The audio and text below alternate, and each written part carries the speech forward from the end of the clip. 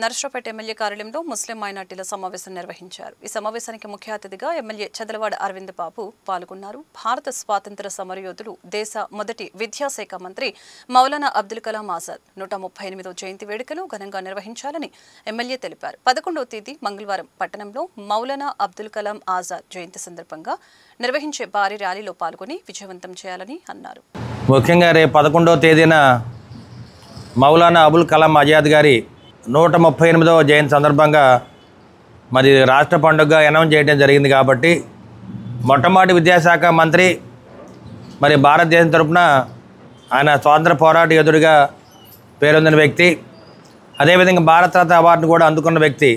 అటువంటి గొప్ప వ్యక్తిని మనం అందరం కూడా స్మరించుకుంటూ ఈ రేపు జరగబోయే కార్యక్రమాన్ని మౌలానా అబుల్ కలాం ఆజాద్ గారి యొక్క జయంతిని జరుపుకుంటూ మనం అందరం కూడా వారి యొక్క మరి బయోగ్రఫీని తెలియజేయడానికి ఈ కార్యక్రమాన్ని ఏర్పాటు చేయడం జరిగింది.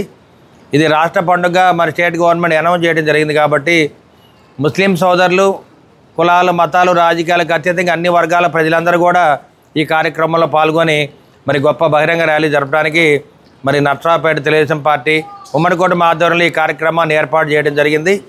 ఈ కార్యక్రమం ఉదయం 9 గంటలకు మన నర్సరావుపేట మున్సిపల్ ఆఫీస్ దగ్గర నుంచి అంజుమన్ కాంప్లెక్స్ ఉంటుంది. అక్కడ నుంచి అందరం కూడా బయలుదేరి కలెక్టర్ ఆఫీస్కి వెళ్ళి ఆ జయంతి వేడుకల్లో పాల్గొనాలి.